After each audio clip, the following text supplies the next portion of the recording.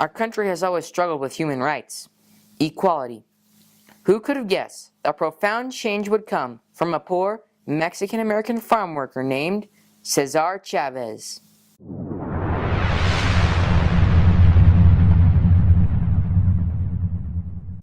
Cesar Chavez was born on March 31, 1927 in a farming community near Yuma, Arizona.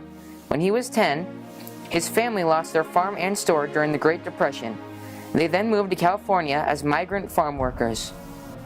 At the age of 15, with a disabled father, Cesar quit school to work on the grape vineyards full-time to support his family. While working in the fields, he found terrible working conditions. In most cases, there were no restrooms, no available water, and needless to say, the pay was terrible. There was no water for them. So the little water they had to bring it in the morning, and they had to carry their own water. There were no outdoor bathroom facilities at all. Workers are denied just basic human rights, the right to use the restroom. As an example, that you can't, because if you do, you lose time away from your work and you lose production time. It was also unsafe. There was no medical care, and workers were often exposed to dangerous pesticides while in the fields. The planes that carried the insecticide would spray the fields while the workers were out there picking the grapes. After witnessing the humiliation endured by Mexican-American farm workers on a daily basis, Cesar formulated a plan to stop the injustices and end the exploitation. With the help of organizers like Fred Ross and Dolores Huerta, Cesar formed a union that would be known as the United Farm Workers Union. A union is a group of workers who band together to ensure job safety, fair pay, and personal rights. The Farm Workers Union was different from the very start. Chavez imposed a strict policy of non-violence for all members, even in the presence of violence and threats from farm owners and harassment from the police. Chavez's first major organized strikes were in McFarland and Porterville, California in 1966. They were met with violence and police brutality, but their cause gained a lot of attention. You know, we were dressed as nuns. I mean, it was obvious that we were not farm workers. I was scared. I was 19 years old.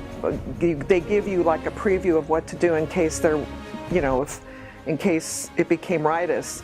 And so we were told, I could still remember it, to duck in under the windows, where the storefronts were, and make sure that you were away from the windows. So it was pretty scary. There were people on the other side that were not supportive.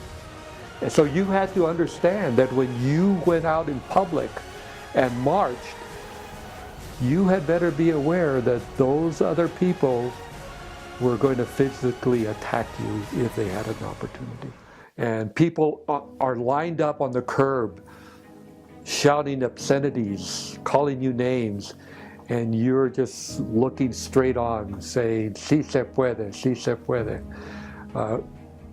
linking arms with each other. And the reason we linked arms was not because it was a sign of we're together, but it was a sign that if we were attacked, we would all fall together at the same time.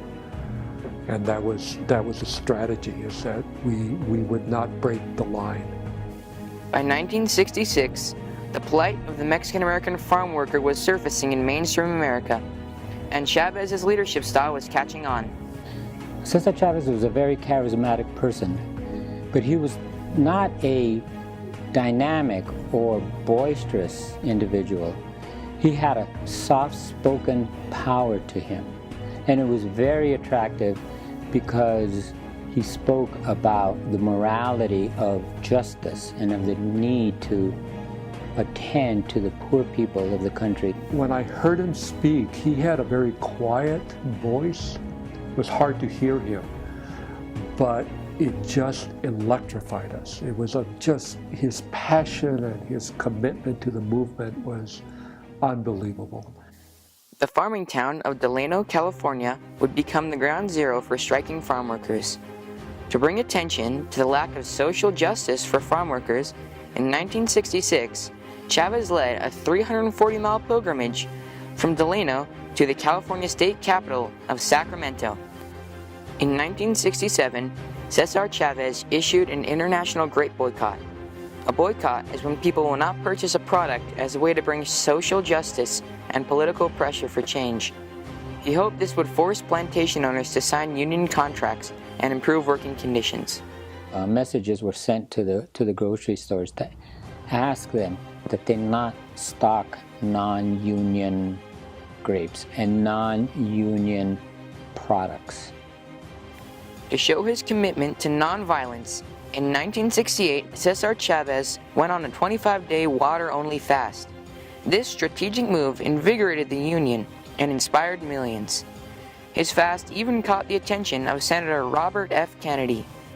One of Chavez's most noteworthy instruments for change was his use of religion and his profound belief in God. Senator Robert Kennedy went to a mass with Cesar Chavez. Cesar was a very religious man. He really was a spiritual man. As Chavez and the farm workers grew in power, so did opposing forces. I think he was criticized for challenging the status quo. The people who owned the grape farms, the vineyards, all the farms from the Delano, they were in control. They decided who was going to be the mayor. They decided who was going to be the sheriff. The towns were controlled by these wealthy families. He was criticized for being a communist. He was criticized for being bad for business. He was criticized. There are a whole series of books about him as a mafioso figure and a racist and a racial divider and all of that. But there was it was an industry to attack him. His main objective was to get contracts from growers to better the lives of the farm workers. He was not interested in becoming a radical or a separatist or, being destructive or anything like that. So he got a little bit of criticism from those elements. In 1970, 5 years of blood, sweat, and tears led to the signing of many union agreements with farm owners. This epic achievement was a critical step in improving working conditions and farm worker pay. If history has taught us anything, it's that freedom comes with a price. It takes a person with great courage and the willingness to sacrifice to bring great change. Cesar Chavez embodied the qualities of a godly leader, and he will always be remembered for that. Cesar Chavez is remembered today as a very important American figure and hero who sought to integrate poor people into the mainstream of American society. Even after death, Cesar Chavez is remembered and celebrated throughout the United States. Streets, schools, community centers, a U.S. Navy ship, and even a national monument bear his immortal name. The National Hispanic Cultural Center in Albuquerque, New Mexico, hosts an annual event to honor his accomplishments and to teach a new generation the importance of fair pay, safe working conditions, and human rights. Never forget the immortal words of Cesar Chavez, "Si se puedes," which means, yes we can. Once social change begins, it cannot be reversed.